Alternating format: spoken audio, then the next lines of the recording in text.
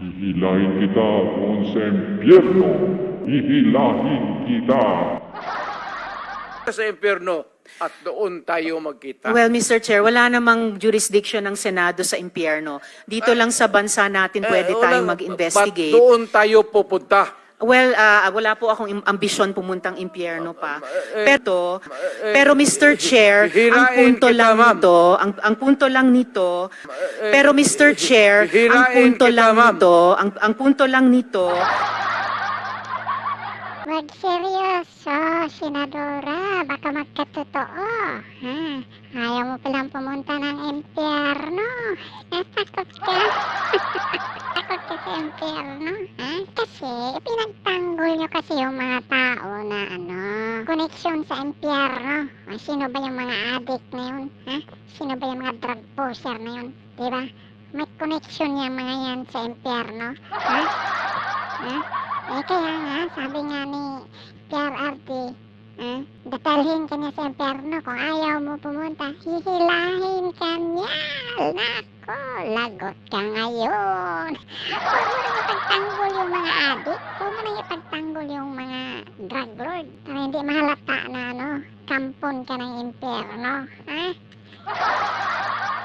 Of the Republic was to protect the country and the Filipino people. Do not question my policies because I offer no apologies, no excuses. I did what I had to do, and whether you believe it or not, I did it for my country. The war on illegal drugs is not about killing people. It is about protecting the innocent and the defenseless.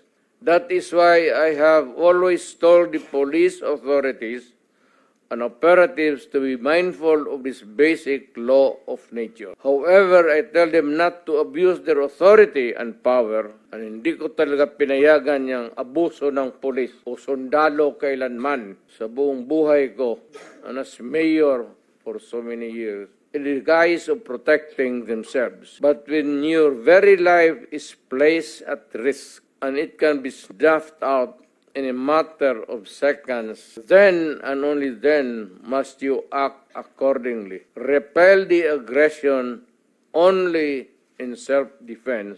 Ako, kung ako ang tatanungin, talagang ibabalik ko yung war on drugs. Tama nga naman si Tatay Digong Di bali nang mawala yung isang kriminal kaysa yung mga inosente na mga biktima. Kasi ito kasing ginagawa nilang investigasyon dyan sa war on drugs. Hindi naman sila nagtawag ng mga biktima. Yung mga biktima ng mga adik na yan, mas marami yun. Marami yun. Mga inosente pa yun. Naghanap buhay. Tapos bigla na lang bibiktimahin ng mga adik. Hindi ko talaga maisip nitong ginagawa nitong Tuwadcom na yan. Ito, kasabwat ito si Risa sa Tuwadcom sa tingin ko, opinion ko lang to. Isang grupo lang yan sila. Yan sila ni Hontiveros at saka yung mga Tuwadcom. Yung mga lumalaban, yung mga bumabatikos ngayon sa war on drugs. Kasi kung titignan mo talaga, base sa experience natin, para talaga sa bayan, yung pabor sa mga mamamayang Pilipino ang war on drugs. Dahil tumahimik talaga. Naging peaceful ang isang lugar. Naging peaceful dahil doon. Kaya bombshell yung sinabi po ng dating presidente na meron na silang death squad. Ano man ang pangalan yan, police o non-police ba yan? Kasi it looks like what we are investigating now, yung ginamit na instrumento para sa war on drugs na nagbunga ng napakaraming extrajudicial killings. You are For the record, Mr. correct, ma'am. Tama Thank you, ka talaga. Mr. Chair. Tama ka talaga. So, ganito na lang. Huwag na lang yung pulis. Kawawa yan, wala yung sa experience, Davao. Ako, imbestigahan ninyo ako. Set a date for an investigation para sa akin. Ako ang imbestigahan ninyo. At kunin ninyo yung record sa Davao yung namatay. At sabihin ko sa inyo kung wala akong taguin. Nag-warning ako, huwag kayong gumawa dito. Kasi gusto ko ang Davao was a very kawawa noon. Alam ninyo sir, Hindi po, yun yung task siguro na binigay niyo. Pero anong structure nung death squad niya iyon? Structure against crime and criminals. Ibig sabihin, ano po yung setup? At sino yung 7 yon na miyembro ng death squad Fight niyo? crime. No sir, yung pangalan nung sabi niyo, 7 tao na nasa death squad niyo. Mukhang patay naman sila lahat, ma'am. It's okay sir, ano pong mga pangalan nila? Na, so, itong parte na to, no? Pagtatanong ni Risa Hontiveros, ito yung pinakamalaki sana nilang makukuha dito. Kung nagkakamali pa si PRRD dito. Pansinin niyo yung 2 tao sa likod ni Risa Hontiveros. Yung isang lalaki at isang babae. Yan o. So, yan po, yung 2 na yan, sila po ang gumagawa ng mga question ni Risa Hontiveros. Yan o. Tutok na tutok sila sa mga sasabihin ni PRRD. Dahil pag nagkakamali si PRRD yan, magbabanggit yan ng mga pangalan, yan ang gagawa ng organizational chart. Kung makita yung mga dinidisplay nila dyan na mga organizational chart na ito yung sa taas, kasunod may mga sanga-sanga, o yan. Yan yung gumagawa yung mga yan. Yan, tingnan mo, tutok na tutok sila. Kaya gustong i-establish ni Risa Hontiveros kung sino yung mga leader nung sinasabing death squad. Kaya pinapwersa talaga niya na magbabanggit si EPRRD ng pangalan para sa death squad, kung sino yung leader, kung sino yung 7 na yon. Kaya yan po yung kasi gusto nilang maggawa ng organizational chart. Sino leader, sino kasunod, sino sunod. Ganon! Wala siyang nakuha. You know, when I was mayor, it's about 43. I am now 73. For the life of me, I cannot remember the name. And ano po yung structure nung 7 yon? Merong bang team leader, may 2 tenyente, then may 4 pa na tao? Ano po yung structure ng organization na iyon? I said I am 73 years old. Hindi ko nga alam kung bakit nandito ako kaharap mo.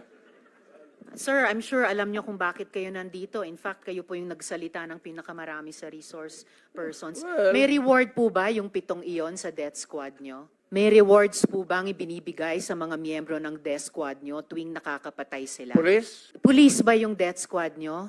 Yung Yun ang allegations. Hindi po, yung sinabi nyo kanina. Huwag tayong lumabas dyan. Hindi po ako lumalabas. May ibang lumalabas. O, Yung dito sinabi tayo po sa- ninyong ang death squad, pinag-usapan dito may rewards po ba yun? is centered sa police na sinasabi na binabayaran. No, sir. Pina-follow up ko yung sinabi ninyo. Ay, yung civilian? Unprompted. So, kung civilian yon, yung sinabi nyo na death squad nyo na 7 tao, may rewards po ba yung 7 taong iyon kapag nakakapatay sila? Ay, hindi ma'am, mayayaman yung mga maraming gago na mayaman sa Davao. Sa impyerno at doon tayo magkita. Well, Mr. Chair, wala namang jurisdiction ng Senado sa impyerno. Dito lang sa bansa natin pwede tayong mag-investigate. Ba't doon tayo pupunta? Well, wala po akong ambisyon pumuntang impyerno pa.